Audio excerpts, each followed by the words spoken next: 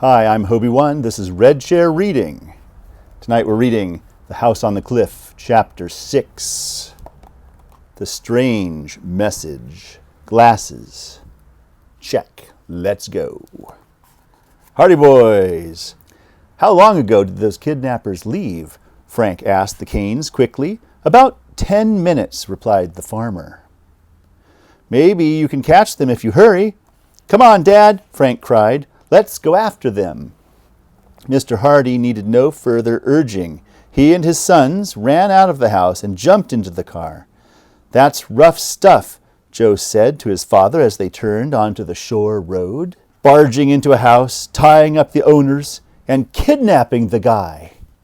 Yes, Mr. Hardy agreed. It looks as though your friend Jones is mixed up in some kind of racket. Those men must have been pretty desperate to risk breaking into an occupied house.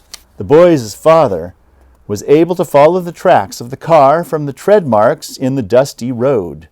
But soon there were signs that another car had turned onto the shore road from a side lane, and the trail became confused. The Hardys passed the lane that led into the Pollitt place and continued on until they came to a hilltop. Here they could get a clear view of the road winding along the coast for several miles.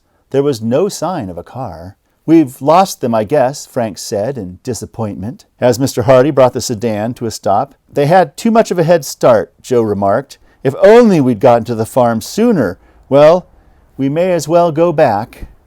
Mr. Hardy agreed, turned the car around, and once more the Hardys headed for the farm. On the way, they discussed the mysterious kidnapping and speculated on the identity of those responsible. I'll bet those men in the other motorboat saw us rescue Jones.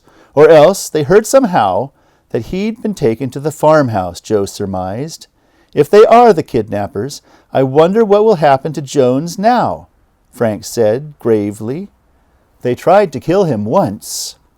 Maybe they'll just hold him prisoner, Mr. Hardy stated thoughtfully. They were probably afraid he'd tell all he knew and couldn't afford to leave him at the farmhouse.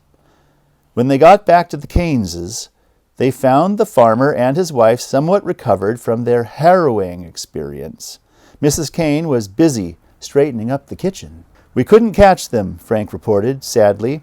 Well, those hoodlums had a high-powered car, and they weren't wasting any time. I could see 'em from the window as they went down the lane, the farmer remarked, frowning angrily at the recollection. Please tell us exactly what happened, Mr. Kane, Joe urged. Well, Mabel and I were here in the kitchen, the man began. Mabel was washing the supper dishes when this fellow came to the door. He was a tall chap with a long, thin face. He asked us if we were looking after the man that was almost drowned earlier. The farmer's wife took up the tale. When we said we were, the fellow told us that Mr. Jones was his brother, and he had come to take him away. I got suspicious, Mr. Kane broke in. He didn't look nothing like Jones. I asked him where he lived. At that, Mrs. Kane said, he walked in the house with another fellow right at his heels. They grabbed my husband. Henry put up an awful good fight, but he was outnumbered. When I tried to help, a third man appeared from nowhere and held me back. They dragged us into the living room, tied us to those chairs, and put the gags in our mouths, the farmer continued. Then we heard him going into Jones's room. Pretty soon they carried him out to a car where a fourth fellow was sitting at the wheel. Did Jones put up a fight when they took him away? Frank asked. He tried to. He hollered for help, but of course I couldn't do anything, and he was too weak to struggle much. This whole affair is very peculiar, Mr. Hardy observed. Perhaps Jones is mixed up in the smuggling going on around here. But who were those four men, I wonder? Mrs. Kane shook her head. All I know is we're sure glad you and your sons came out tonight. There's no telling how long we'd have been tied up before somebody found us. We're glad, too, that we got here, Frank replied. You folks say your name's Hardy? Said the farmer. Any relation to Fenton Hardy? Right here, the detective replied. Pleasure to know you, exclaimed Kane heartily, putting out his hand. If anyone can get to the bottom of this business, you can.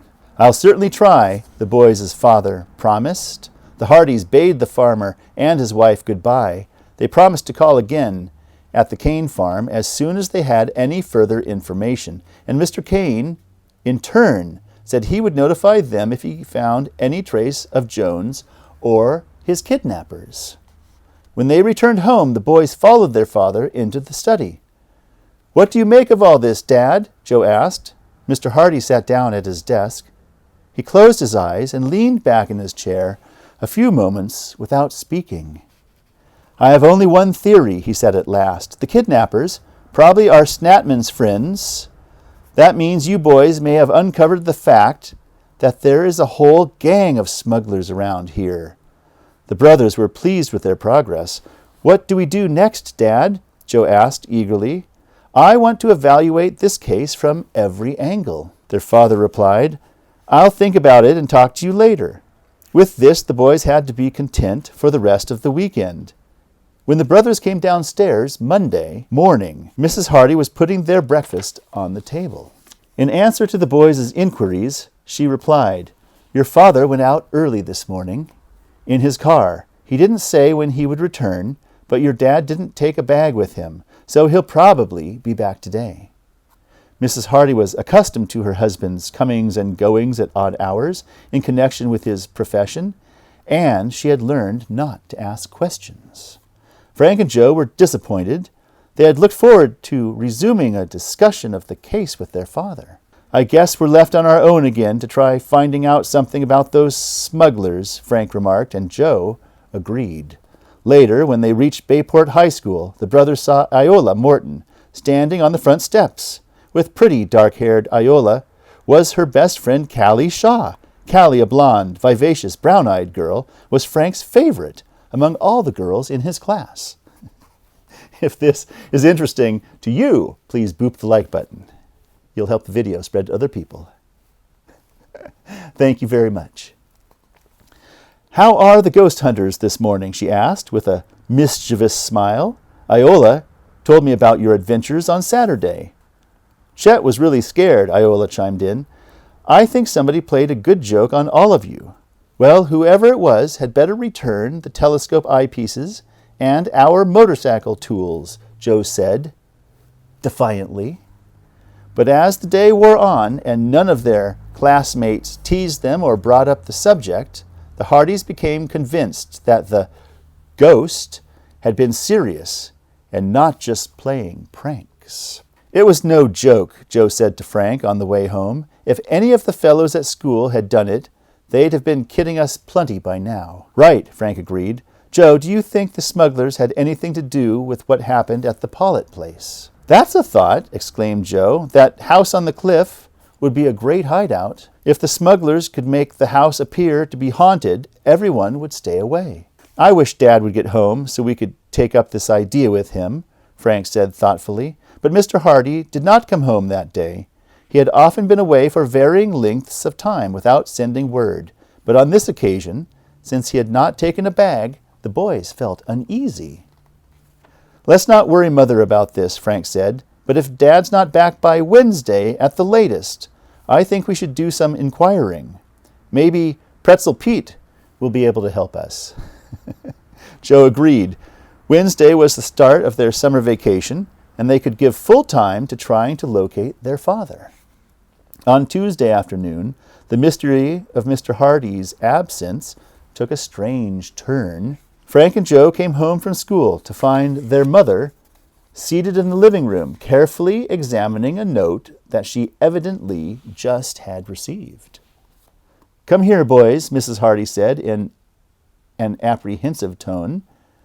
"Look at this and tell me what you think." She handed the note to Frank. "What is it?" he asked quickly. "Word from Dad?" "It's supposed to be."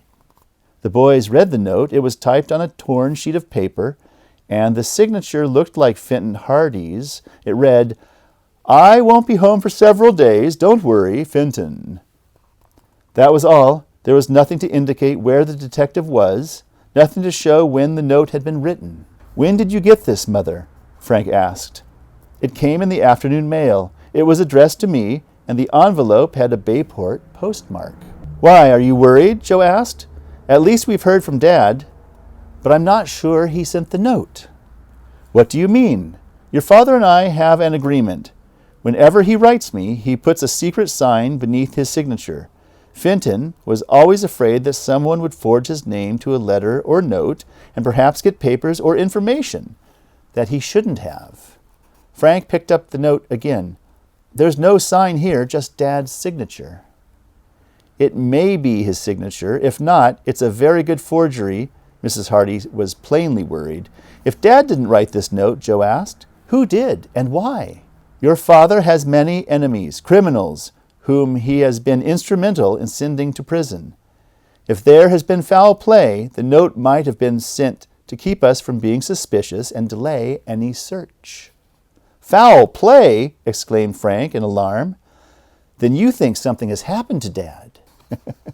Mr. Dixon ripped that off from the bard himself. Well, that's the end of Chapter 6. Thank you for joining me. Catch me again for Chapter 7. Bye.